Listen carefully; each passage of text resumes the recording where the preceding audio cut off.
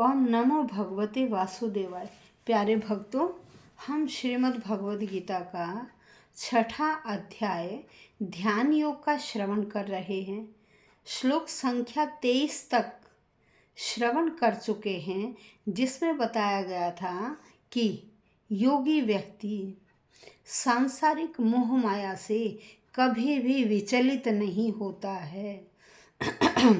तो आज भी हम, क्योंकि हमारा ये चैप्टर ध्यान योग है, तो आज भी योग से रिलेटेड ही श्लोक है। श्लोक संख्या 24 है, जिसमें बताया है यदि हम अपने मन को काबू में कर लेते हैं, मन को और सारी इंद्रियों को काबू में कर लेते हैं और संकल्प से कार्य करते हैं, तो हमारा कार्य अवश्य सफल होता है।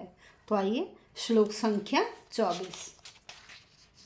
संकल्प प्रभावान कामान त्यक्त्वा सर्वान् शेषतः मनसे वैन्द्रिय ग्रामम विनियम्य समन्ततः। अब आइए एक एक शब्द का अर्थ। संकल्प का मतलब होता है मन का धर्म।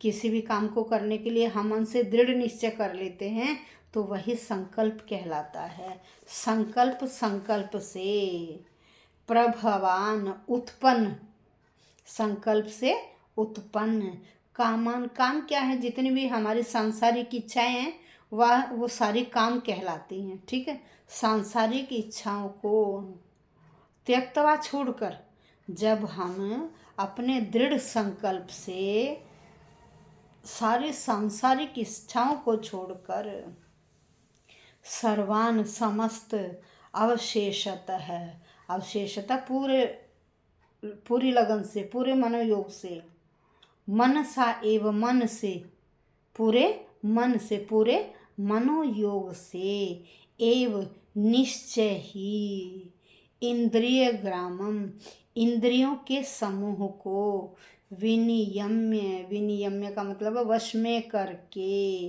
समन्ततः चारों ओर से, जब हम अपनी इन इंद्रियों को पूरे मनोयोग से चारों ओर से काबू में करके जब हम ध्यान लगाते हैं, कोई कार्य करते हैं, तो उस कार्य में हमें अवश्य सफलता मिलती है। और कैसे, वो भी संकल्प से, दृढ़ संकल्प लेकर जब कोई कार्य करते हैं। इसके उसमें मैं आपको एक स्टोरी सुना रही हूँ। एक बार की बात है कि एक गौरैया ने समुद्र के किनारे अंडे दे रखे थे और समुद्र का तेज बहाव आया और वह अंडे उसके समुद्र में बहकर चले गए। अब गौरैया बार बार समुद्र से प्रार्थना करती रही कि हे समुद्र देवता, मेरे अंडे वापस कर दो। कोई भी उसकी मदद करने के लिए नहीं आया, समुद्र ने भी मदद नहीं की। फिर एक गरुड़ पक्षी ने उसे दुखी देखा और वह उसके पास आया। उसने पूछा, बहन क्या हुआ? तो उसने बताया कि इस तरह से मेरे अंडे समुद्र में बह गए। तब क्या हुआ, गरुड़ ने संकल्प लिया कि मैं तुम्हारे अंडे समुद्र देवता से बाहर दिलवाऊंगा। तो उन्होंने संकल्प से समुद्र देव को प्रार्थना की, तो समुद्र देव को उस गौरैया के अंडे बाहर किनारे पर देने पड़े। इस तरह से गरुड़ ने उसकी मदद की। कैसे? पूरे मनोयोग से। तो कोई भी कार्य जब हम पूरे मनोयोग से करते हैं, तो भगवान हमें उसकी सफलता जरूर देता है।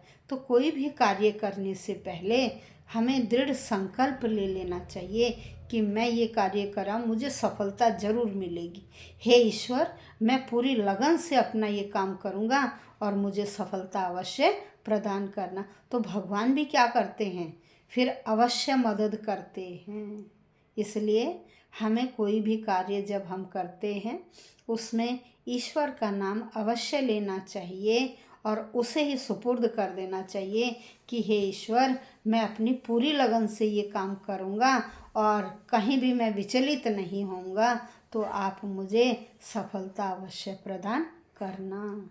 यह था हमारा श्लोक संख्या 24 कि जब हम पूरे मनोयोग से उत्पन्न जो इच्छाएं क्या हैं, हमारी भौतिक कार्य मोह माया में हम लीन रहते हैं, जब इन सब को हम त्याग देते हैं और मन के द्वारा सभी इंद्रियों को वश में करके कार्य करते हैं, तो उस कार्य में हमें अवश्य सफलता प्रदान होती है।